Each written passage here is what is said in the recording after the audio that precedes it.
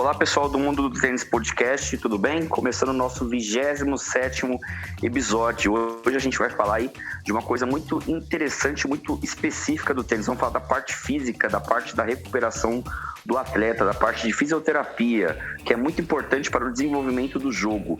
Tudo bem com vocês, Eloy e Matheus? Tudo em paz, tudo certo. Já agradecendo novamente, a possibilidade de falar sobre isso. E também o nosso convidado, você vai apresentar ele daqui a pouco, mas já adianto o agradecimento por ele estar participando com a gente hoje. Vamos lá, vamos falar de uma parte muito importante. Eu já trabalhei um bom tempo ao lado, de uma equipe que tinha 3 fisioterapeutas e, o que eles salvavam não era pouco. Então, acho que vai ser muito legal mesmo, vai ser muito importante a gente falar disso, até para explicar e explanar um outro lado um pouco diferente, né? Não só voltado aí, para as torcidas, para resultado, mas muito mais para a formação dos atletas e o dia a dia, a realidade, de um atleta. E aí, pessoal, agradeço a todo mundo que está escutando a gente, o 27º episódio. Agradecer o nosso convidado de hoje. A gente vai falar sobre fisioterapia esportiva, o que é muito importante. Você que é atleta, aspirante, amador, vai ter muito conteúdo, muita coisa interessante. É uma área que é muito importante, não só esportivamente falando, mas também para a saúde do ser humano. A fisioterapia é uma coisa que é fundamental para a vida das pessoas. Então a gente vai conversar bastante aqui, espero que vocês gostem desse episódio. Muito bem, então a gente vai conversar hoje com o Evaldo Bosio, ele é fisioterapeuta. E a gente quer começar, Evaldo, te dando boas-vindas, né? Quero que você conte um pouco da sua profissão e como ela começou a se relacionar aí com o tênis. Legal, fico feliz em participar desse podcast, agradeço ao Matheus, o Diego e ao Eloy.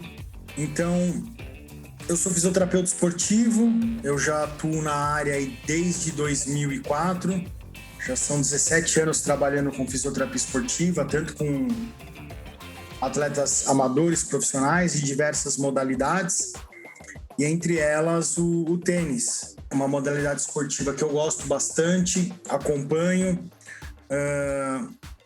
gosto de alguns atletas, não gosto de outros, e eu pratico também, jogo, eu gosto bastante, e eu tenho certeza que a gente vai ter aí um podcast bem bacana, a gente vai poder trocar muita informação sobre fisioterapia e tênis. Fala um pouquinho sobre sua carreira, suas atuações. Legal. Então, eu sou formado em fisioterapia, me formei pela Universidade Paulista, aqui em São Paulo. Depois eu fiz uma especialização em fisioterapia ortopédica pela Santa Casa de São Paulo. E eu tenho o título de especialista em fisioterapia esportiva pela Sociedade Nacional de Fisioterapia Esportiva e pelo Conselho Federal de Fisioterapia e Terapia Ocupacional. Trabalho com diversas terapias voltadas para a reabilitação esportiva.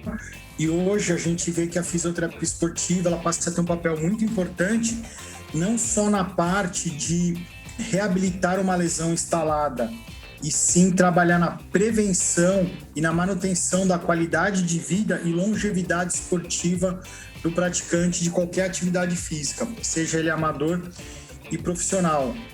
A gente tem bastante procura de pessoas praticantes de atividade física que querem evitar lesões, né? Isso é uma coisa que mudou bastante e com o acompanhamento de atletas profissionais, as pessoas acompanhando mais as atividades esportivas no âmbito profissional, eles querem ter a mesma comissão técnica, a mesma equipe que os atletas profissionais de diversas modalidades, inclusive o tênis, hoje possuem, né? Então, isso é uma coisa que faz com que o fisioterapeuta esteja cada vez mais engajado dentro das diversas modalidades esportivas. A gente tem, no mundo da fisioterapia, alguns fisioterapeutas brasileiros. A fisioterapia brasileira é reconhecida internacionalmente como uma das melhores fisioterapias esportivas do mundo. E nós temos colegas fisioterapeutas que atuam junto da ATP, viajam o circuito, são fisioterapeutas da ATP e tantos outros que trabalham com atletas profissionais, com atletas olímpicos, sempre tentando elevar cada vez mais o nosso tênis, o tênis brasileiro. Não, realmente. A área da saúde, na verdade, no Brasil. voltada para o esporte é muito boa, né? Em várias áreas, acho que a gente costuma ser bastante referência.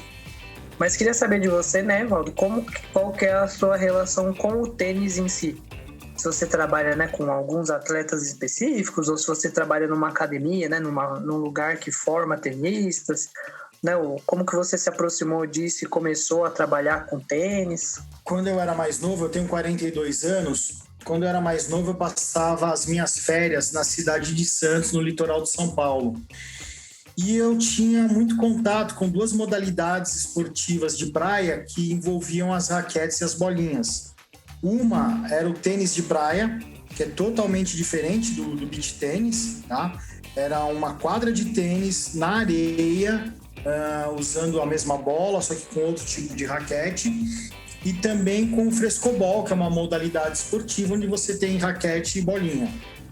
Então, já praticava essa modalidade na infância, durante as férias escolares, e depois, com o passar do tempo, aqui na cidade de São Paulo, a gente acabava jogando, brincando um pouco na modalidade, principalmente quando o Guga despontou lá em Roland Garros, foi um boom na cidade de São Paulo. Eu tinha 17 para 18 anos, então todas as quadras de prédio, todas as quadras de condomínio, do dia para a noite, apareceram pintadas com as marcações para a quadra do tênis, então a gente jogava, batia uma bola, brincava bastante. Na minha vida profissional, como eu direcionei ela para a fisioterapia esportiva, eu sempre atendi praticantes de tênis. Eu tive, em 2007, 2008, nós acompanhamos um evento de tênis na antiga Unisys Arena, que era ali na Marginal, que era do Jaime Onsins. Então a gente acompanhou ali alguns torneios de tênis na época, com alguns atletas que depois despontaram em cenário nacional e outros que só tiveram aquele momento. E com o passar do tempo, a gente sempre atendendo praticantes de tênis. Não trabalho com tenistas profissionais, com tenistas que estão no circuito, mas atendo semanalmente, diariamente, praticantes de tênis que são extremamente apaixonados, são pessoas que gostam, vivenciam o tênis. Eu costumo falar que é um amador próximo de um profissional, porque investem pesado em academias, em treinadores, em equipamento, né? E acabam tendo as mesmas lesões que a gente vai encontrar nos atletas do circuito, né? Então a gente tem que estar sempre ali atento a tudo que está acontecendo para poder entregar o melhor resultado para o paciente e estar entendendo cada vez mais da modalidade para poder deixar aquele paciente mais dentro do ambiente dele. E aí, voltando um pouco para minha vida pessoal, jogava quando era mais novo, brincava, nada muita seriedade, mas agora no início do ano eu mudei para um novo apartamento aqui em São Paulo. Ele é de frente para uma academia de tênis, então eu resolvi voltar a praticar novamente depois de passar aqui pela varanda e ficar vendo sábados, domingos as pessoas jogando. Eu resolvi voltar e tô aí já há um tempo jogando de 3 a 4 vezes por semana. Bacana, Evaldo, bacana a sua história. Você falou aí, eu também vivenciei o boom do tênis nos anos 90, e nessa época aí a gente via que os tenistas, eles jogavam até 30 anos assim, e a maioria parava. Era uma carreira que não ia muito além dos 30, né? Hoje a gente tem vários tenistas aí, o próprio Djokovic, Federer e Nadal, passando dos 35 e ganhando grandes torneios, né? Muito em conta da preparação que eles fazem, né? Esses atletas de alto rendimento, né? E hoje a gente acompanha que a medicina esportiva evoluiu muito nos 20 anos. O que você observa essa evolução? Como é que ela veio para ajudar o atleta profissional e o atleta também amador, né? Igual você falou aí, que identifica preventivamente essas lesões. Como é que é esse trabalho de identificar essas lesões aí? Olha, é bem interessante esse ponto, né? As pessoas antigamente, elas eram velhas com pouca idade, né?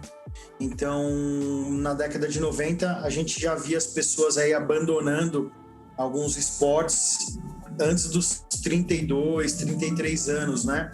Mas como o mundo passou a buscar mais longevidade, mais qualidade de vida, todas as ciências da saúde acabaram tendo que estudar mais, pesquisar mais, para conseguir fazer com que as pessoas tivessem uma longevidade esportiva maior. Então, talvez fosse impossível pensar nos anos 70, 80, 90, a gente vê um Djokovic naquela época, um Federer, né? Já aí com 40, 37 anos, jogando em alto nível, ganhando torneios, liderando rankings, né? Então, tudo isso, a fisiologia humana, ela é a mesma, tá? A nossa fisiologia humana hoje, de 2021, desculpa, e a nossa fisiologia humana de quando nós estávamos aí em 1800, 1700, é a mesma coisa. O que fez? As ciências da saúde, elas passaram a estudar formas de suplementar melhor o nosso organismo, de entregar substâncias de maior valor para o nosso organismo, para fazer com que essa máquina chamada corpo humano funcionasse cada vez mais, melhor e com longevidade, né? E não só no esporte, né? Na verdade, o esporte, ele funciona... Eu gosto de fazer um comparativo sempre com a Fórmula 1, tá? Então, é assim, tudo que nós temos hoje nos nossos carros de passeios foram testados num carro de Fórmula 1. Então, tudo que nós temos hoje como pessoas são testados em atletas. Então, se o atleta está lá jogando em alto rendimento, com uma idade relativamente avançada, mas com qualidade, então isso significa que se nós, pessoas que não somos atletas profissionais, se a gente conseguir ter acesso ao mesmo tipo de preparação, de fortalecimento, de alimentação, de suplementação, nós vamos ser pessoas cada vez mais saudáveis e esportivamente nós vamos evoluir. Então eu não me espanto hoje em ver o Djokovic, ver o Federer, o Nadal jogando, e eu posso falar para vocês que eu acredito muito que a gente vai ver o Medvedev, Zverev, talvez passando essas idades. Talvez a gente possa ver eles estarem jogando aí com 45, 46 anos, cada vez melhor, cara. Eu acho que o ambiente, tudo vem vindo a nosso favor, né? De querer ter mais saúde. O importante é isso, é ter mais saúde. Com mais saúde a gente consegue evoluir. Então hoje a gente pode ficar surpreso vendo um Nadal, um Djokovic, um Federer aí nos 40 anos, e eu acho que daqui uns 10 anos a gente vai ver pessoas aí na casa dos 42, 45 também jogando, cara. É bem bacana isso, né? E claro, quando você tem um bom acompanhamento, você vai ficando livre das lesões, né? Ou de dores. Qualquer modalidade esportiva, ela é passível de ter uma lesão, né? Seja por excesso de movimento repetitivo, ou seja de um desgaste natural do nosso corpo, ou através de um trauma, né? Então a gente tem que tentar nos cercar o atleta de situações preventivas para que ele não perca tempo esportivo porque ele se machucou. É que nem você falou, né? 30 anos as pessoas estavam parando e hoje a gente está vendo esses caras. Cara, escreve aí que eu tô falando e me cobra daqui a alguns anos, que a gente vai ver alguns atletas que estão surgindo aí agora com pouca idade, jogando aí nos seus 42, 45 anos, também em alto rendimento. Bom que você falou, porque me espanta ver o Djokovic fazendo alguns movimentos, né, de defesa, de se esticar, parece mesmo que ele é um homem borracha, né? Ele usa toda a plenitude do corpo dele, toda a parte física, em alguns golpes que eu não via isso acontecer no começo dos anos 2000, né? Lógico que toda a parte física, ela vem junto com a dedicação do atleta, né? E a alimentação, como você falou, como você comentou aí. É verdade, ele faz alguns movimentos, ele busca umas bolas que a gente fica espantado, né? E dificilmente a gente consegue reproduzir isso quando a gente vai jogar. Mas ele tá envolvido, né? O tênis faz parte da vida dele desde a infância. Então, o corpo dele, né? Do Nadal, de todos eles já são preparados desde a infância para isso. E o tênis, ele tá cada vez mais veloz, ele tá cada vez mais rápido, né? Se a gente for ver vídeos aí de jogos de atletas do passado, é um jogo mais lento, né? Não é tão agressivo, tão forte. Inclusive os tenistas mais antigos mesmo não gostam do tênis atual, porque eles acham muito agressivo, muita força, né? Costumam falar, né? Eu escuto muita força e pouca técnica. Para mim, acho que eles conseguem jogar com muita força e muita técnica, né? Indiscutível isso.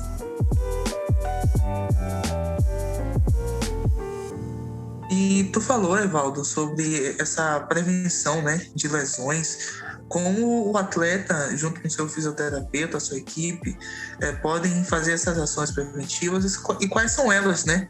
E que podem ajudar um atleta, um esportista a evitar lesões que podem atrapalhar a sua carreira e também seu desenvolvimento esportivo. Quando a gente vai fazer um trabalho de prevenção não significa evitar, mas sim minimizar o grau de severidade de uma lesão, tá bom?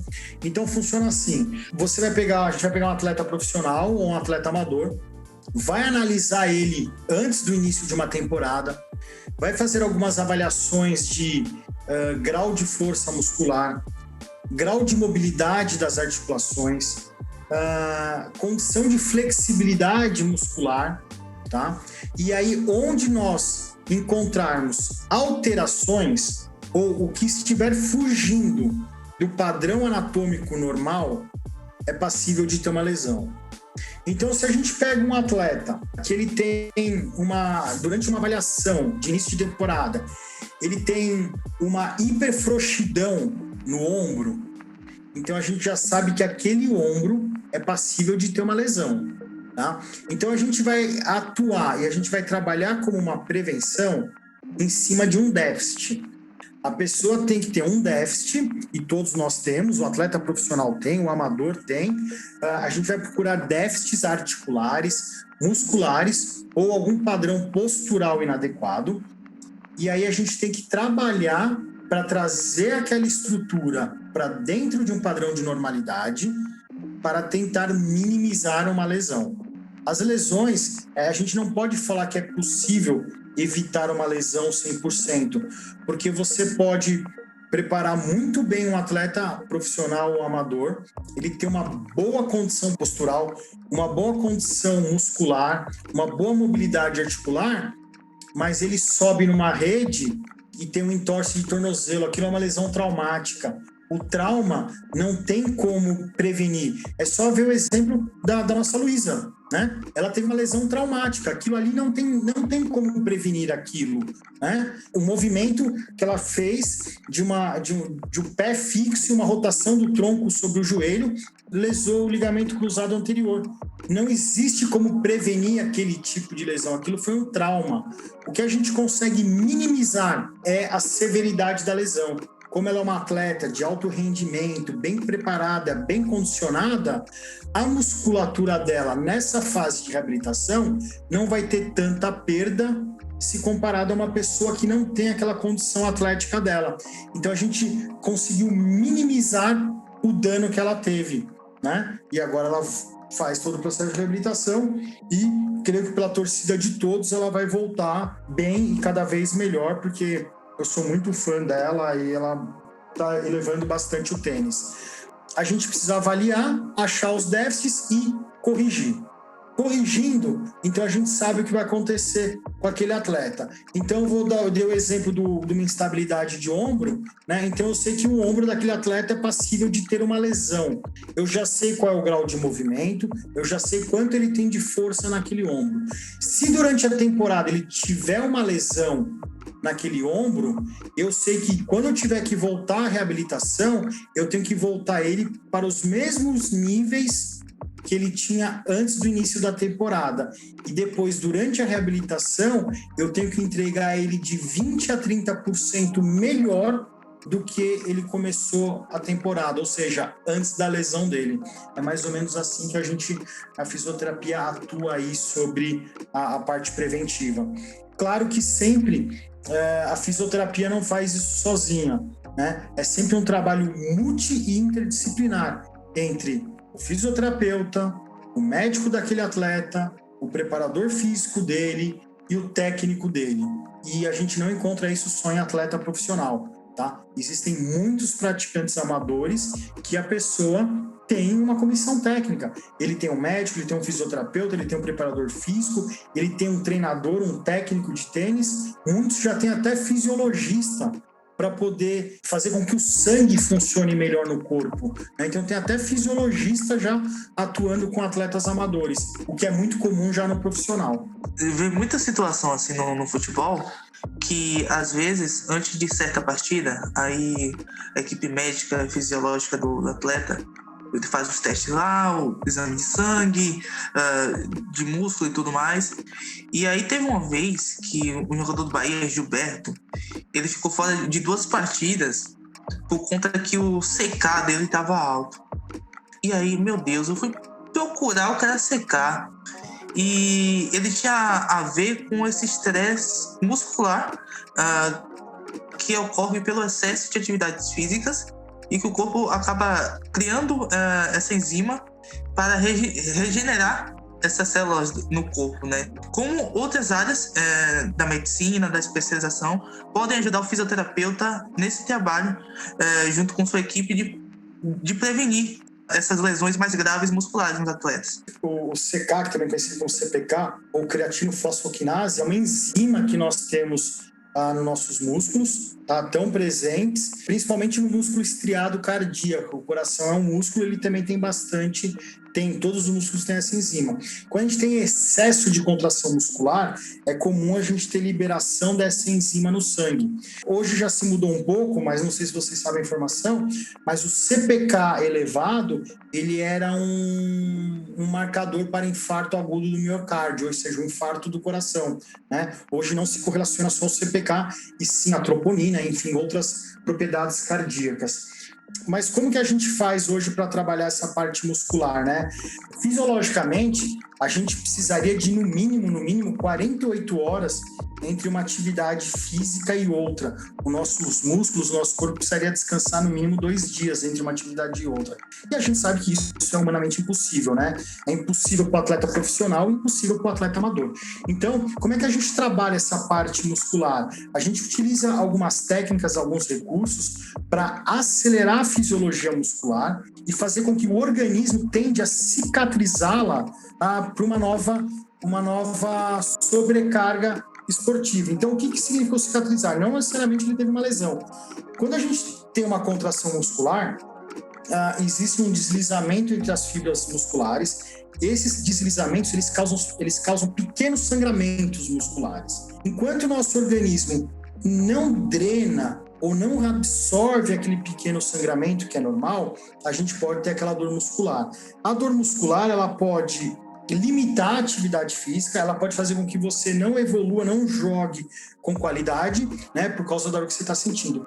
A fisioterapia, junto com a fisiologia e até mesmo a preparação física, pode lançar mão de alguns recursos como liberações miofasciais, banheiras de crioimersão para poder conter um pouco esse sangramento intramuscular, botas de drenagem, ou até mesmo uma drenagem linfática para ajudar a diminuir todo o estresse tecidual, né, e deixar o atleta em condições. Mas o CK, se a gente levantar agora e correr 100 metros e for pegar esse marcador sanguíneo, o CK vai estar elevado. Lógico que existem níveis para isso. Se ele tiver de uma forma muito exacerbada, você está tendo uma falência muscular, e aí a falência muscular pode levar a uma outra lesão chamada rabdomiólise, e essa lesão, a rabdomiólise, ela é uma lesão que pode levar ao óbito do esportista ou do praticante de atividade física.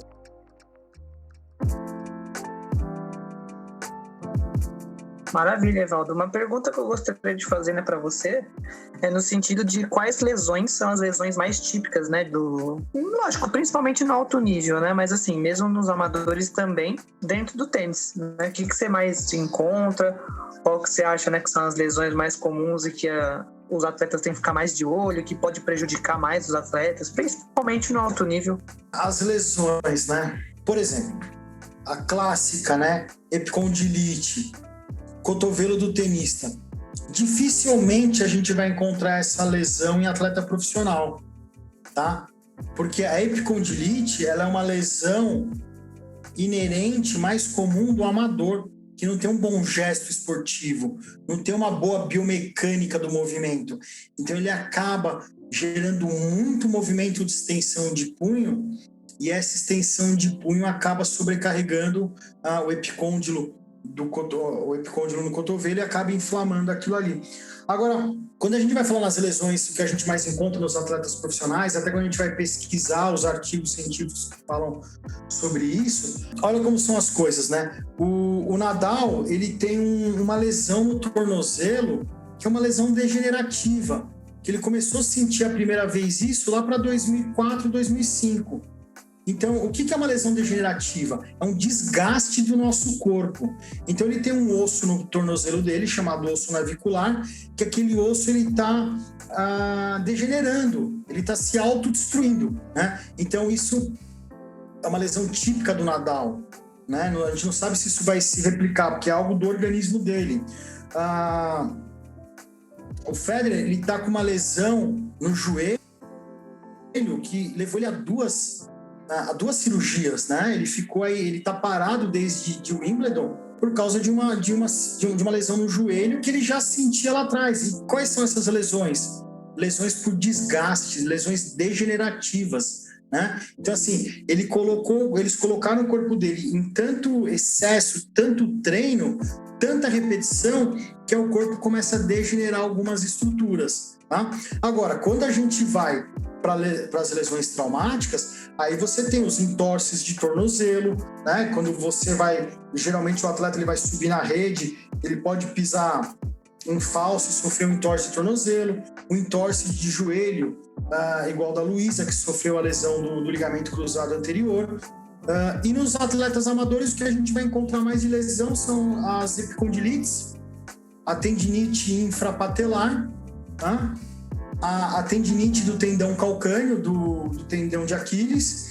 E em alguns casos a gente também encontra estiramentos musculares, principalmente de panturrilha e de isquios tibiais, que são os posteriores de coxa, que é principalmente quando você precisa dar um arranque, né? Às vezes a pessoa, aquele que ainda não tem muita habilidade, aquele cara que saca e fica parado, e aí o oponente dele coloca a bola do outro lado, ele tenta sair correndo, ele tem um estiramento muscular, uma lesão muscular que vai deixar ele parado aí por 2 a 3 semanas. A gente olha aí no que você está falando, essa sua resposta à pergunta do Eloy, eu lembrei aqui do Del Potro, né, que é um caso assim, a ser estudado pela medicina de um atleta de alto rendimento que teve várias lesões no joelho, lesão no punho, e ele se remodelou e continuou jogando até a última lesão, infelizmente, em alto nível, né? Como explicar a situação desse atleta de alto rendimento que consegue se voltar a jogar no nível que ele tinha há 10, 15 anos atrás, em 2010, quando ele chegou a ganhar um Grand Slam? Essas lesões que ele teve, né, ele ficou algum tempo parado por causa de cirurgia que ele precisou fazer. E assim, você passa por uma lesão, é um atleta de alto rendimento, possivelmente a carreira dele ali fica em xeque. Então ele acaba tendo que se preparar melhor, se comparado a outros atletas sem lesão, para conseguir dar o resultado que ele espera, né? Então, por exemplo, quando você pega um caso dele, que teve aí várias lesões, ele acaba passando por uma forma de treinamento com mais qualidade. Então, o tempo de exposição dele ao treinamento, ele diminui em quase 60% para deixar o corpo ter um desgaste durante o jogo, durante a partida, né? Então, uma outra alusão que é bem legal, para a gente ficar nesse assunto do Potro, é assim, correr uma maratona, que são 42 quilômetros, não é difícil. O difícil é se preparar para uma maratona, onde nas semanas da maratona às vezes você rodou 80, 90, 100 quilômetros. Então o que acontece? Possivelmente ele diminuía a carga de treinamento dele, fazia treinos com mais precisão, tá? Para que tenha menos desgaste e deixasse o corpo um corpo já lesionado, mais reabilitado, mais preparado para ter aquele desgaste durante o jogo, durante o torneio que ele estava participando, né? Ele cansou de fazer jogos extenuantes assim, que com bastante tempo de quadro. Então, se ele ficasse se sobrecarregando em treinos anteriores a um torneio, com certeza ele ia chegar cada vez mais desgastado pelo histórico de lesões que ele tinha. Valdo, a gente está no fim do ano, época de pré-temporada dos tenistas, né? Época de preparação física, de saber como está o corpo do atleta e assim preparar ele para uma temporada do tênis que é longa, que exige muito esforço, muitas viagens, e a gente sabe que a preparação física de um tenista ela não é tão adequada assim, já que muitas vezes eles jogam 2, 3 partidas durante o mesmo dia, jogam 6 partidas durante a semana e castiga bastante o corpo do atleta. Então, fala um pouquinho pra gente da importância da pré-temporada, principalmente na questão física do atleta, prevenção de lesões, também recuperação de outras lesões já pré-existentes no atleta, como que a pré-temporada auxilia a fisioterapia, ao processo de construção da temporada do atleta.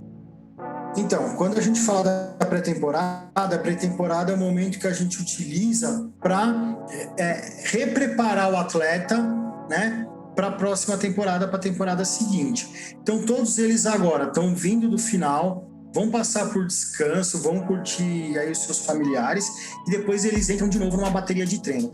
Esse treino da pré-temporada, ele é um treino todo periodizado, onde ele vai ter etapas de microciclo, onde ele vai fazer pequenos treinos específicos, treinos diários. Ele vai ter mesociclos, que são treinos específicos durante semanas, e depois ele vai ter o macrociclo, que é o treinamento de uma forma mais globalizada, um pouco mais evolutivo. E durante a pré-temporada, uma coisa que se preconiza muito no esporte de alto rendimento é a qualidade do sono e a qualidade da hidratação, tá? Então, você quer prevenir um atleta, além de tudo aquilo que nós falamos, de avaliá-lo, ver como está o organismo dele, é inserir boas horas de sono, boa hidratação. Hidratando bem, a fisiologia do nosso corpo vai se manter sempre em equilíbrio, que é a nossa homeostase. Mantendo a nossa homeostase, todos os nossos sistemas vão funcionar melhor. E isso faz com que o nosso corpo tenha uma ação regenerativa muito mais rápida. Associada ao sono, então, é a melhor condição para o músculo é o sono. Se o atleta conseguir dormir bem na pré-temporada, porque depois ele vai passar horas acordado, tem viagens, tem avião, enfim, por mais que eles viajem alguns dos seus aviões em primeira classe, enfim, é sempre desgastante uma viagem aérea, né? Então, ele tem que ter qualidade de sono agora para deixar o corpo bem descansado para conseguir aguentar a pancada da temporada seguinte. Então, a pré-temporada é aquele momento onde você vai ver qual é o objetivo do atleta. Qual que é o seu objetivo? Meu objetivo vai ser ganhar grama. Então, vai se preparar ele com uma atenção maior para a grama. Não, o meu objetivo é saibro. Então, vamos preparar ele. Eu quero ter uma vitória no saibro. Então, vai preparar ele especificamente para o saibro, mas sem esquecer da adaptação dele para a grama e para a quadra rápida. Então, a pré-temporada é aquele momento de testes, é aquele momento de você fazer todas as avaliações, é o momento de você inserir muito descanso no atleta e cada vez conscientizar ele da importância do movimento adequado, do gesto esportivo adequado, e é ali que você vai atuar para deixar ele pronto para o primeiro torneio dele. E aí depois, durante o ano, você vai fazer treinos base, treinos de chave, tá? Que vão acabar fechando todo aquele ciclo que começou na pré-temporada no início do ano. A pré-temporada é um dos períodos mais importantes, né? Se não o mais, né? Na estratégia, no planejamento, né, de um tenista. A pré-temporada é o momento de planejar. Não tem como você, no meio de uma temporada, querer mudar algo, né, que não estava programado. Então, a pré-temporada é justamente para você deixar tudo alinhado. Queria te perguntar, que a gente até estava conversando aqui, né, antes, que teve a impressão que você tem muito contato com a parte mais tecnológica, com uma coisa mais moderna, né, da fisioterapia. Queria saber de você como que isso se aplica também, né, no tênis, a questão, né, dessa modernidade, do avanço da tecnologia. quais são os recursos, né? As coisas que você vê mais futuristas, assim, pra gente até projetar, né, para essas novas gerações do tênis, possibilidades de mudança ou de... Você já comentou, né, que tem uma esperança, né, de que a idade média aumente dos tenistas em atividade, mesmo os top de linha.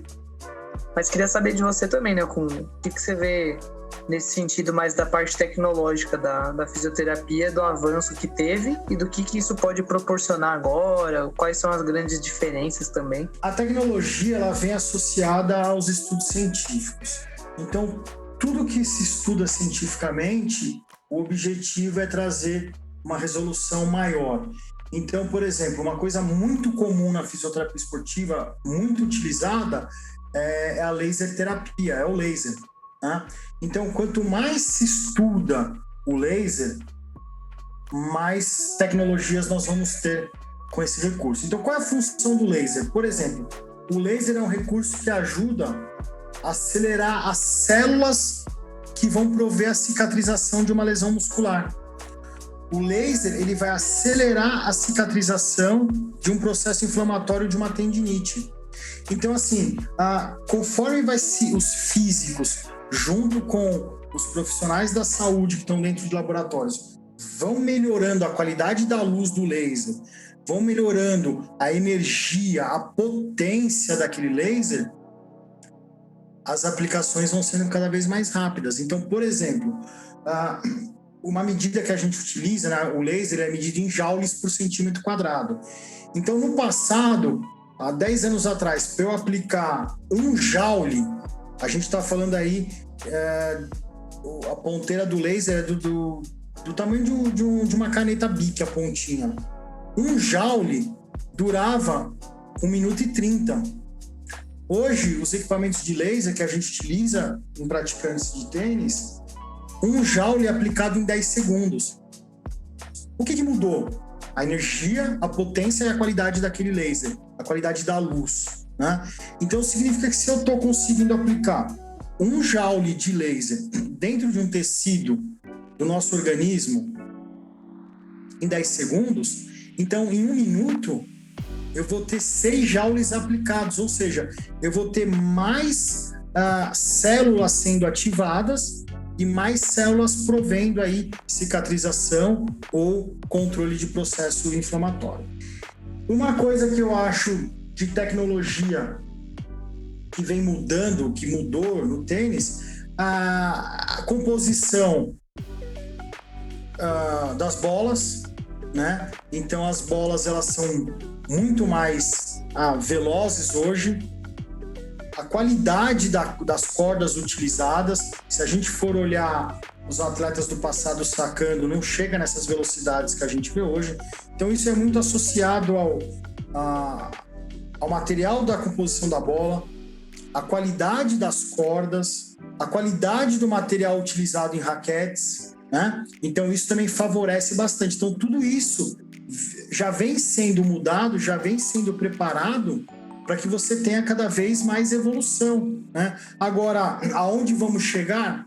O céu é o limite, né? Não dá para a gente prever, mas que eu acredito que tem muita tecnologia ainda sendo desenvolvida em roupa de atleta para que ele tenha uma melhor dispersão da sensação térmica, do calor, da sudorese dele. Isso ajuda bastante, tá? Porque um atleta com uma camiseta molhada, ele não tem uma boa troca de temperatura, então isso atrapalha o rendimento dele. E a gente já vê tecnologias de tecidos que o cara, ele se auto-seca a camiseta dele praticamente, para não atrapalhar a atividade esportiva dele, para que ele não perca rendimento. A qualidade do calçado esportivo, né? Então isso é uma coisa que ajuda muito o atleta. Então, assim, a indústria, seja ela de suplementação, de material esportivo, eles estão investindo cada vez mais em tecnologias, em nanotecnologias, para conseguir entregar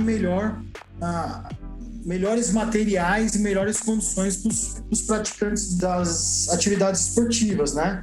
Então, tudo que a gente tem no atleta profissional, a gente vai ter replicado no atleta amador, que é onde vai custear todas as grandes empresas, as grandes marcas. Então, Evaldo, a gente tem situações que a gente acaba, torcendo um pé, tornozelo e tudo mais, em atividades cotidianas na nossa vida. Ou até mesmo a gente sente uma fisgada muscular, né, uma distensão. E o que a gente faz? Qual a primeira ação que a gente tem que fazer? A gente é atleta amador, quando a gente percebe que a gente tem alguma coisa errada com alguma parte do nosso corpo. O primeiro sinal no nosso organismo que algo está errado é a dor. Então, se você está sentindo dor, ou se você sente dor em uma determinada região, é que significa que ali está errado, tem algo errado ali, é um sinal de atenção.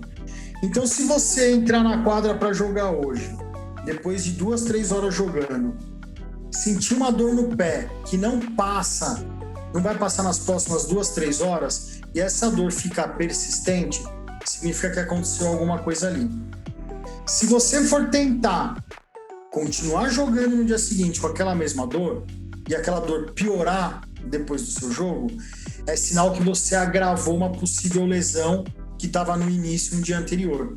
Então, assim, você falou, em algumas situações do nosso dia a dia a gente pode ter um entorse. Sim, você pode ter um entorse descendo do carro, subindo uma escada, descendo do ônibus, né?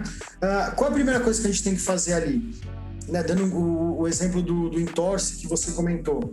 Fazer gelo, tá? Por quê? O gelo é o analgésico anti-inflamatório natural que a gente encontra em qualquer lugar. Então, colocou o gelo ali naquela região, para de movimentar o pé, o tornozelo, deixa ele imóvel, deixa o gelo diminuir um pouco aquele edema que vai ficar, aquela dor, e aí sim depois vai procurar ajuda para ir passar num hospital, para passar num pronto-socorro, fazer uma radiografia, ver se não teve uma lesão específica.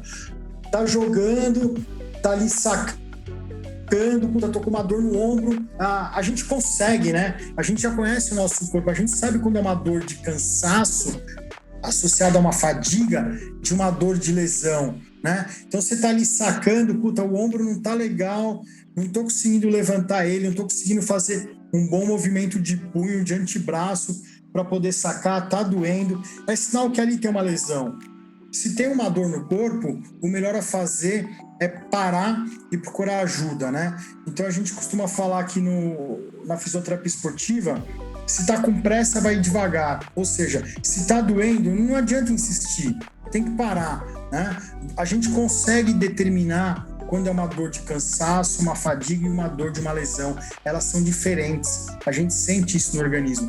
E às vezes as pessoas que acabam insistindo nessas situações são as que depois têm o seu tempo esportivo abreviado, né? Porque ela não parou quando ela podia parar para poder fazer as devidas correções. E, Evaldo, eu queria te fazer uma pergunta que eu julgo ser muito importante para a gente entender um pouco melhor algumas coisas. Que a gente vê de fora, né, acompanha os torneios, mesmo sendo fã, a gente até entende um pouco de algumas coisas, mas a gente ouve muita especulação. Então, eu queria saber de você, como um profissional da área, qual que é o real impacto e a diferença que tem no atleta de tênis dos pisos? Porque eles jogam muito, né, na quadra rápida, quadra geralmente é dura, de cimento, jogam bastante no saibro e bem pouco na grama, às vezes não. Tem um ou outro torneio que tem algum outro tipo, uma superfície diferente ali, mas também é bem raro.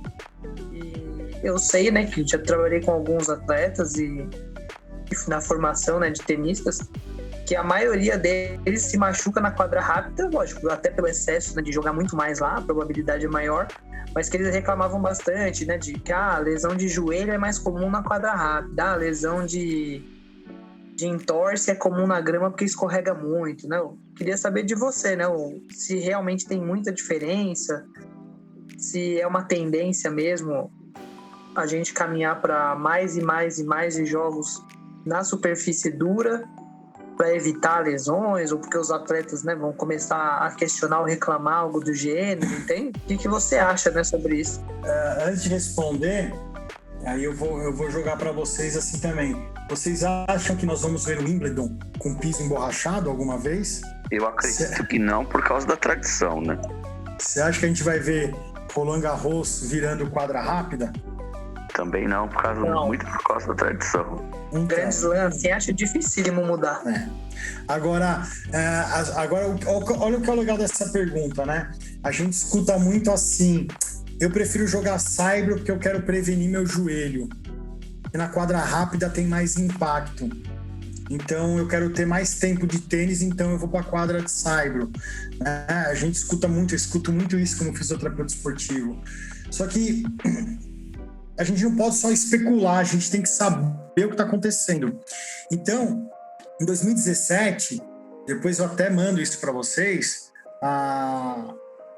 foi publicado um artigo científico fazendo uma comparação do número de lesões em grama versus o número de lesões em quadra rápida e no saibro, para ver quais eram as diferenças entre as lesões nos 3 tipos de piso, né? Não existe diferença entre os pisos quando nós vamos falar de lesões. Então, assim, a gente tem muito do dito popular que uma quadra machuca mais do que a outra. Só que quando nós vamos ver isso de forma científica, porque toda pergunta ela tem que ser respondida de forma científica, para não ser um achismo ou algo chutado, né? Então, foram se fazer uma pesquisa e nessa pesquisa, quando eles avaliaram mais ou menos 3.300 atletas, eles viram que não tinha diferença estatística significativa entre as lesões nos 3 pisos, né? Ou seja, não há diferença. Você não vai machucar mais ou menos mudando o seu tipo de piso. Mas, popularmente, eu acho que vocês também já ouviram isso, que o saibro machuca menos o joelho do que a quadra rápida. A resposta de um olhar científico baseado na ciência é: não existe diferença de lesões entre os pisos. Vamos dar de novo o exemplo da Luísa. Aquele movimento que aconteceu no joelho da Luísa, se ela tivesse na grama, iria acontecer. Se ela tivesse no saibro, iria acontecer. E ela estava na quadra rápida, né? Então, assim, o mecanismo da lesão, o pé dela fixo e a torção do tronco sobre o joelho, ele iria acontecer em qualquer tipo de piso. Essa é uma pergunta bem legal, né? Isso é uma pergunta que dá horas aí de debate, porque sempre tem, eu machuquei nessa quadra e me sinto melhor nessa, mas cientificamente não tem diferença entre elas. Obrigado, Evandro, obrigado mesmo, porque realmente essa é polêmica, a gente ouve demais, e mesmo entre os atletas eles crescem com alguns vícios, assim, de opinião em relação a isso. Às vezes eles, não, os fisioterapeutas que eu trabalhei, eles até falavam, o cara tá dando um migué sobre isso porque ele sabe que é uma lesão comum daquilo, mas ele não, né, mas avaliando a fundo ali, não era lesão de fato. Mas, foi na grama, tava jogando lá, acabei, né, dei uma escorregada, torci o joelho, mas não tinha entorse, não tinha nada. Mas eles se apegam muito, né, nessas informações e acaba realmente influenciando, até psicologicamente, porque eles começam a acreditar naquilo, né, começam a jogar com medo em determinada superfície, então é complicado. Eu tenho um paciente que ele joga com uma determinada marca de raquete e ele mudou. Ele joga... Bom, ele, não sei se a gente pode falar a marca, né? Mas quem sabe as marcas não começam a patrocinar o podcast, na verdade? Claro. Eu tenho um paciente que ele sempre jogou com babolá. E aí ele teve uma lesão de ombro sacando com uma raquete babolá. Hoje ele joga de Wilson. O ombro dele tá zerado, mas quando você dá uma babolá para ele segurar, ele sente dor no ombro, entendeu? Então vai muito desse lance do psicológico, que isso, o atleta ficou isso na cabeça, porque ele fala assim, eu machuquei na quadra rápida, então ele já entra com medo, porque ele já machucou, então para ele a quadra rápida vai machucar mais do que se ele jogasse no saibro, né? Então é muito engraçado, é muito curioso isso. O ombro desse paciente está zerado, ele joga 2-3 horas por sábado, joga simples e não sente dor. Aí você pede para ele sacar com a babolá, dói o ombro dele. né? Por quê? Porque ele teve um episódio, um trauma, e aquilo ficou na cabeça dele, que a bola machucou o ombro dele. É a mesma coisa dos atletas que você relatou, que o cara tenta dar esse migué, mas muitas vezes não é só o migué, é um pouco o medo. O emocional dele fica um pouco abalado por causa de um episódio passado, de um trauma passado que ele teve naquele determinado tipo de piso. Bacana, Evaldo. A gente queria te agradecer, né? Falar muito obrigado pelo papo, né? Nem foi entrevista, foi um papo que a gente aprendeu muito, e a gente tem certeza que quem escutou esse podcast vai escutar, também aprendeu. A gente queria que você desse aí suas redes sociais, quem quiser falar com você, como é que faz? Olha, eu fico feliz, realmente foi um bate-papo bem agradável, a gente nem viu aqui o tempo passar. Agradeço mais uma vez o convite. E as minhas redes sociais, o meu Instagram é @evaldofísio. Então é só me achar ali pelo Instagram, @evaldofísio, que tem ali outras formas de contato, tem o endereço da minha clínica, tem o site da minha clínica, podem me procurar por ali, mandar mensagem, a gente sempre responde na medida do possível, que às vezes chega muita coisa. E eu sempre estou trazendo informações aí sobre atividade física, qualidade de vida e esportes, entre eles o nosso tênis. Eloy Matheus, suas palavras finais. Só agradecer ao Evaldo, obrigado de coração. Foi muito, muito, muito importante pra gente receber você, todas as informações que você deu, né? Foi exatamente isso, né? Um bate-papo muito agradável, passou rapidinho, mas são muitas dúvidas, são muitas perguntas, coisas que muitas vezes a gente, né, sabe muito por cima e acaba se apegando em algumas informações. Então, poxa, saber isso de alguém tão inteligente, tão coerente, tão sério como você foi muito importante pra gente. Obrigado mesmo. Eu que agradeço mais uma vez. Só agradecer ao Evaldo também, assim como o Diego e como o Rafael fizeram. A gente sabe da importância que é a profissão de fisioterapeuta, né? Uma profissão que é fundamental na vida dos atletas, mas também da sociedade. A gente vê que várias enfermidades hoje têm o acompanhamento de um fisioterapeuta, né? Um hospital ele não vive sem um fisioterapeuta, uma academia de tênis também não, e é isso, é a importância dessa profissão, a importância disso para a vida dos atletas, e assim ajudando, prevenindo e fazendo a carreira deles cada vez melhor. E aqui está o Evaldo representando toda uma esfera de fisioterapeutas no país, que são profissionais de excelência, muito importante, e agradeço a ele pelo papo, foi uma conversa bem legal, passou bem rápido mesmo, mas teve muito conteúdo, eu sei que todo mundo vai gostar. É isso aí, pessoal. Sigam as nossas redes sociais, no Instagram, Mundo do Tênis Podcast, no Twitter, Tênis Podcast. A gente vai voltar aí com o próximo episódio falando um pouco mais da Copa Davis e falando mais como é que foi o ano, a retrospectiva do ano de 2021. Tchau.